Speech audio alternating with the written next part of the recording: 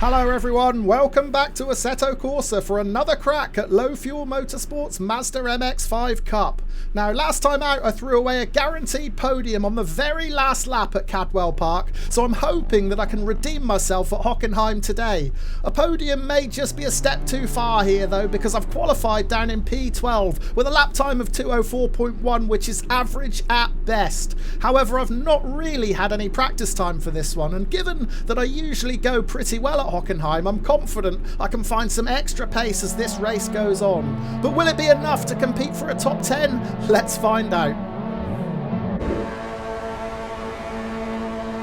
And it's go. We're underway for 20 minutes here at Hockenheim, and I got a pretty good launch as the lights went out there, which means I'm probably going to be able to maintain this 12th position heading into T1. It's a tighter entry. I've got to be careful of the curb on the inside. I've got to be careful of Aquiles Como Diaz on the outside. And in fact, we're going to be 3 wide with me sandwiched in the middle. There's contact with Jerome Clut to the right. It was inevitable that I was going to bump someone there. I had Diaz closing in to my left and Clut to the right. Clut still on my inside as we approach turn 2, so I've got to give him some space here. Meanwhile, behind, it looks like we lost several cars in that corner, and now there's contact between Phil Rogers and Federico Masali, and we've lost Masali. Masali pushed off onto the grass to the right.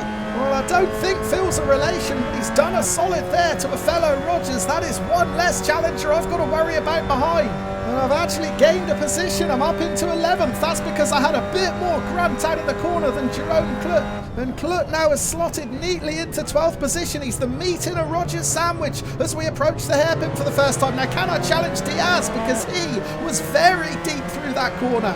Well, I got within sniffing distance, but I just didn't have the punch out of the turn to stick with him. So we stay in 11th position, 0.5 of a second behind Diaz in 10th.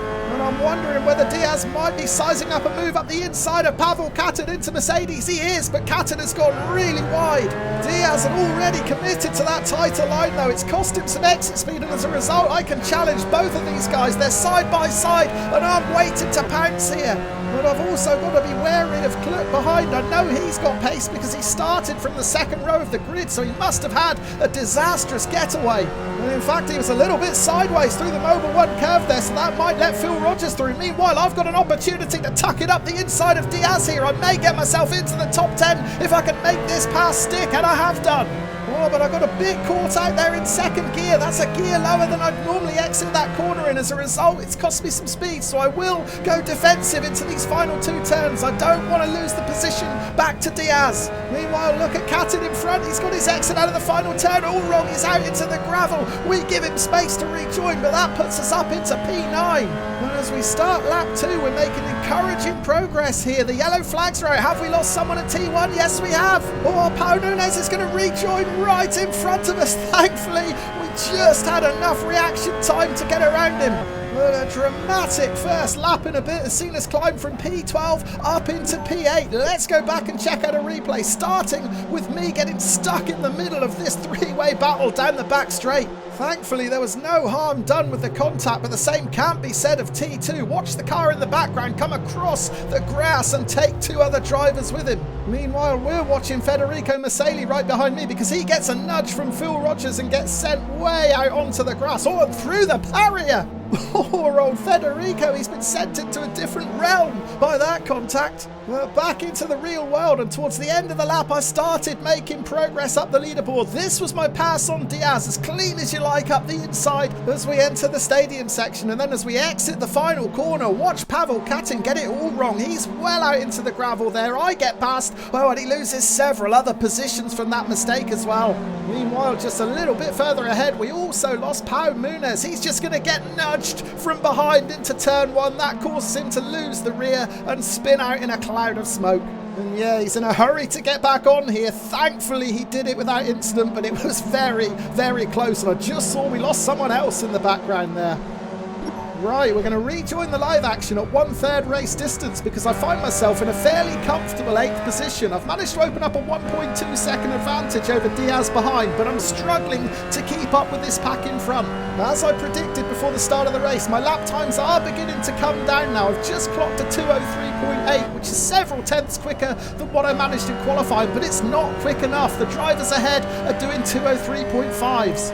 So I need to keep improving here, and we're going to jump forward to half race distance. And the good news is I am still improving. Look at the delta at the top of the screen, and you'll see that I am now running at 2:03.5 pace, and as a result of that I am slowly but surely beginning to creep closer to these drivers in front. When we left it a couple of laps ago I was 2.6 seconds back. Now the gap is under 2 seconds.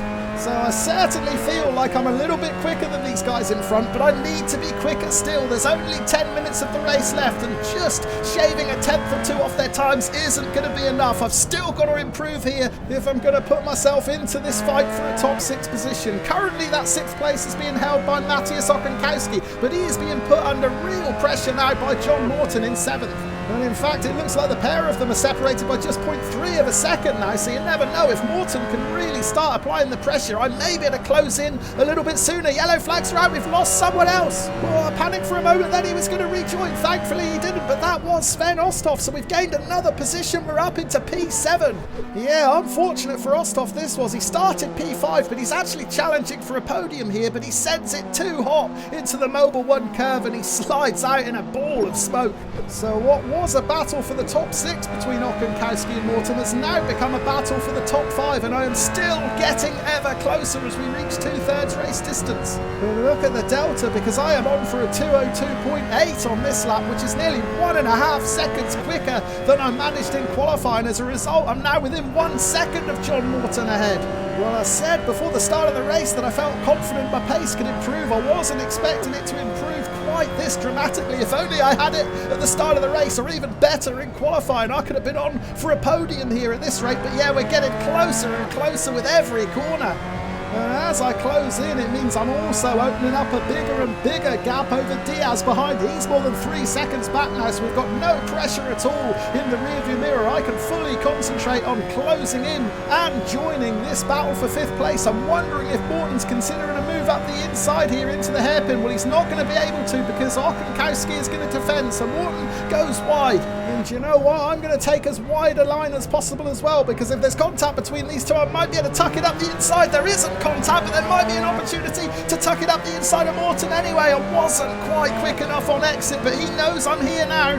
Right, how long of this race have we got left? Still 6 minutes, so we've probably got 3 more laps. That's 3 laps to try and force myself into the top 5. Can I do it? Well, if I am going to do it, I need to be quicker through this section. I'm currently taking Mercedes in 2nd gear. Now, I suspect it should be taken in 3rd gear, but because I've not tried it yet, I'm really worried about doing it for the first time in the heat of battle.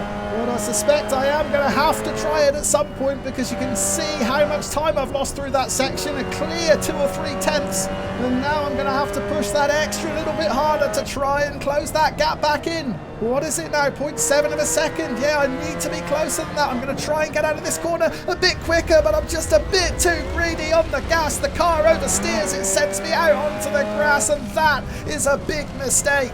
All my hard work undone, and now I find myself 2 seconds adrift.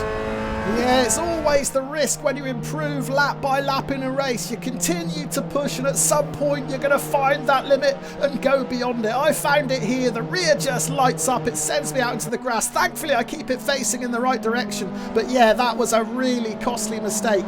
But the race isn't over. Can I close this gap back in for a 2nd time? Well, we're going to rejoin the live action with 2 minutes to go. And as you can see, I've almost halved the deficit. It was 2 seconds. It's now 1.1 seconds. And I'm dangerously close to clipping the gravel on the left there. That's how hard I'm pushing in an attempt to bridge this gap to John Morton ahead.